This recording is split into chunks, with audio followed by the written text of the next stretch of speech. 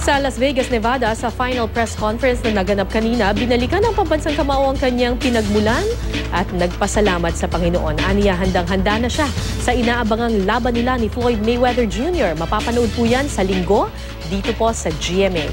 Mula sa Amerika, may news to go si Connie Sison. Connie?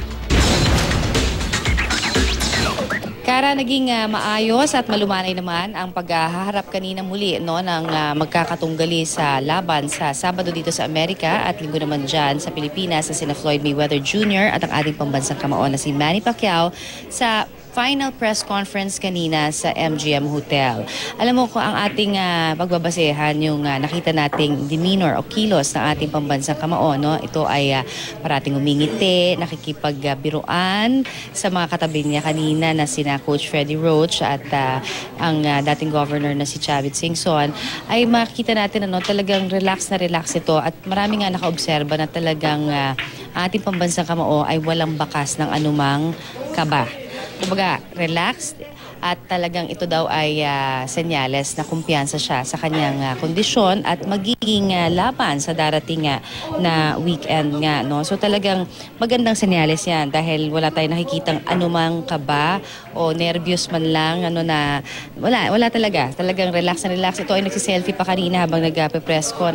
Sa kanyang speech nga, Kara, ay binalikan niya rin ang kanyang mga paghihirap na pinagdaanan naman at nagbalik tanaw nga ito. Sinabi niya na noon yung irony ng buhay talaga, hindi daw masabi. Sabi niya noon ay siya ay walang tsinelas, parating gutom, at napakahirap talaga ng buhay. At ngayon ay hindi niya daw talaga mapaniwala kung gaano ka-blessed naman siya sa lahat ng mga ibinigay sa kanya ng Panginoon. Kaya naman, naniniwala ang ating pambansang kamaon na dahil din sa talento niya sa pagboboxing, na siyang nagbigay ng paraan para umangat ang kanyang buhay, ay hindi niya talaga sasayangin. Itong pagkakataon na maibibigay sa kanya itong darating na Sabado dito sa Amerika, para pagtagumpayan muli ang isa na namang yugto sa kanyang buhay. Bilang ito nga ay sinasabing fight of his life. Kumbaga make or break din ito para sa parehong boksingero kay Floyd Mayweather Jr.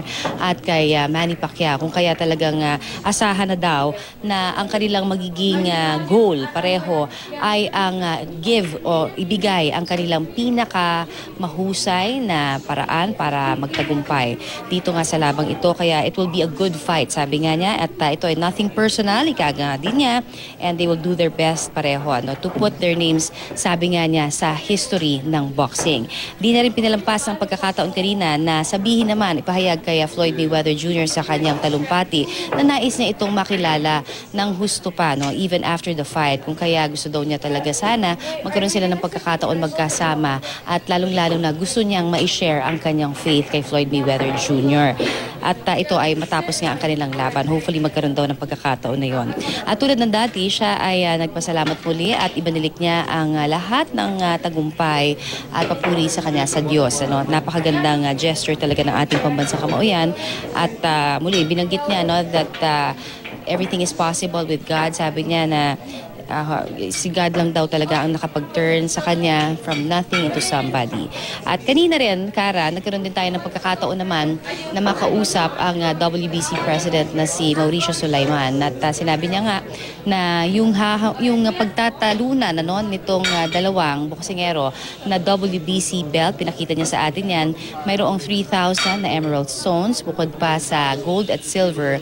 At pati na rin, ito ay gawa sa Ferrari leather. So kung ating titignan lamang yung mga materyales na ginamit dyan, talagang masasabi natin napakamahal nitong belt na ito. At ito ay specially made for this fight lamang. Ibig sabihin, maiuuwi talaga ito ng sino man ang magwawagi sa darating na Sabado dito sa Las Vegas, Nevada. At ito rin ay nakalagay doon sa mismong belt ang mga mukha, syempre, ng founder nitong WBC, ang tatay ni Mauricio na si Jose Sulaiman, ang mukha ni Manny Pacquiao, mukha ni Floyd Mayweather, at saka ang mukha ni Muhammad Ali na imprenta na talaga, nakatatak na yan sa lahat ng WBC belt. Ang sabi niya nga, you can't put a price in this belt dahil unang-una sa lahat, ito ay nag-iisa, one and only yan, and especially made just for this fight. So, 6 na buwan, ginawa yan ng 20 artists, Kara, at talagang hindi matatawaran ang ganda ng belt na yan. At syempre yung halaga, more than the belt itself, yung halaga na maibibigay nito dahil ito yung prestige, kumbaga ng sinasabi nga ng mananalo sa darating na laban na ito ay talaga mauukit sa history ng boxing yung pangalan.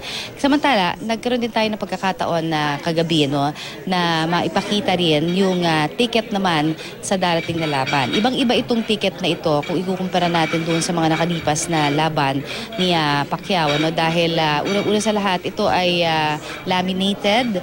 Yung mismong ticket din ay may barcode. So ibig sabihin yan, mahirap pekein o hindi talaga mapipeke dahil bilang na bilang yan at talagang sa sistema mismo may scanner sila para makita kung ito nga ay tunay at hindi talaga ito makokopya.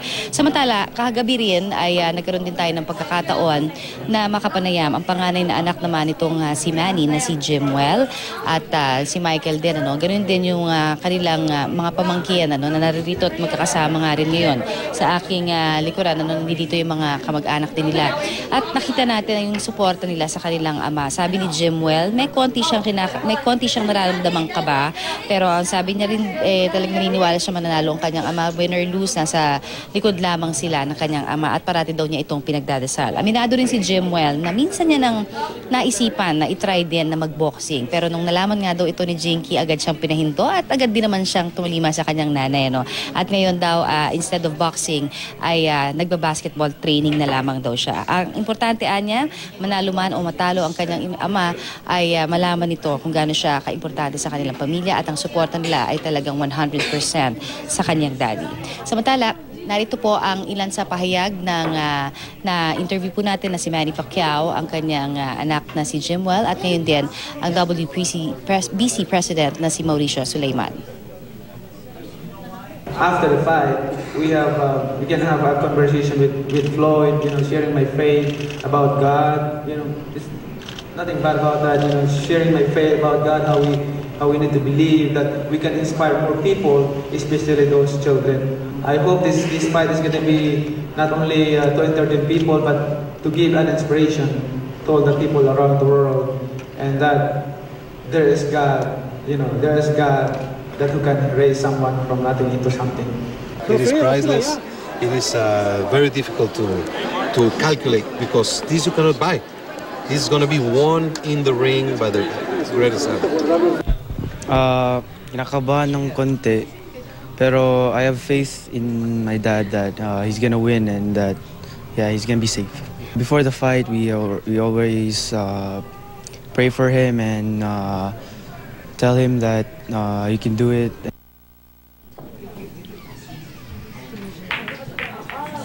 Sa kasalukuyan po ay nagaganap ang worship service dito muli sa suite ng ating pambansang kamao. Just to give you an insight kung anong itsura nito pong hotel suite nitong si Manny Pacquiao, pakita natin kung gaano kapuno.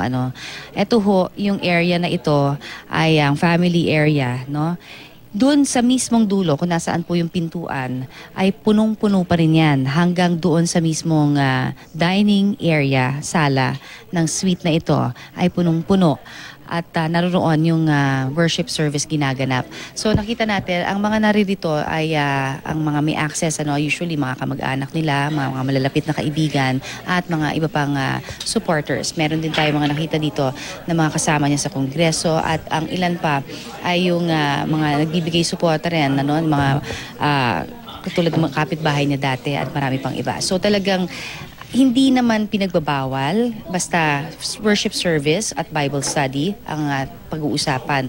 At may mga rules lamang sila, Kara, na pinatutupad dito, no? Sa bawat papasok dito. Una, kailangan mag-sanitize ka ng iyong kamay to make sure na hindi ka tatapuan o pakiramdam mo meron kang sakit dahil delikado rin. Siyempre, pag ikaw ay tumabi kay Manny, hindi rin pwedeng magpa-picture na muna habang siyempre naririto, walang magdidiscuss ng kahit anong negosyo o sama ng loob at anumang problema kay Manny Pacquiao. Yan yung mga ilan sa mga guidelines. At most definitely, kailangan din that by 9 p.m.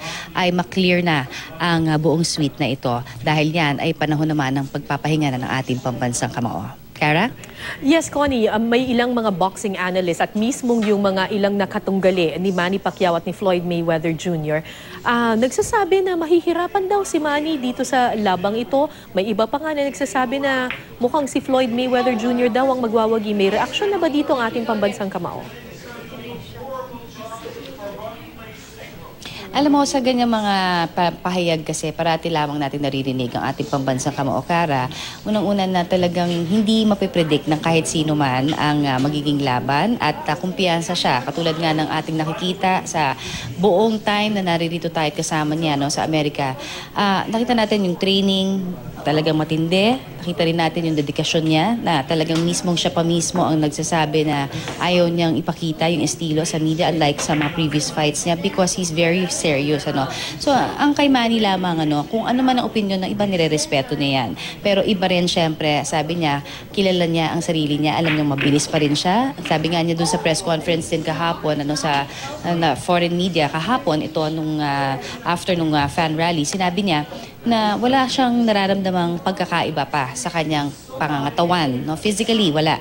Ibig sabihin, kung ano yung bilis niya, ganun pa rin yung bilis niya daw dati. At yan ang kumpiyansa siya dahil alam niya na yan ang magiging susi kung sakasakali para matalo niya si Floyd Mayweather. Bukod pa doon sa napag-aralan niya, yung mga estilo. So, ibig sabihin, kung magpalit man ng style si Floyd Mayweather, alam niya kung anong style din ang kanyang ipagpapalit doon. So, definitely, ang kanya lang gusto niyang iparating na maraming po pwedeng magsabi, di ba? Kung ano man yung gusto nilang sabihin na prediksyon na maaari siyang matalo ni Floyd Mayweather because of something. But sa kanya, ang kanyang conviction, because of his faith also in God, sinasabi niya nga, God will deliver Floyd Mayweather into his hands sa Sabado dito sa Amerika. At hari nawa, sana nga manaig ang galing ng mga Pilipino sa labang ito. Maraming salamat sa iyo, Connie Sison.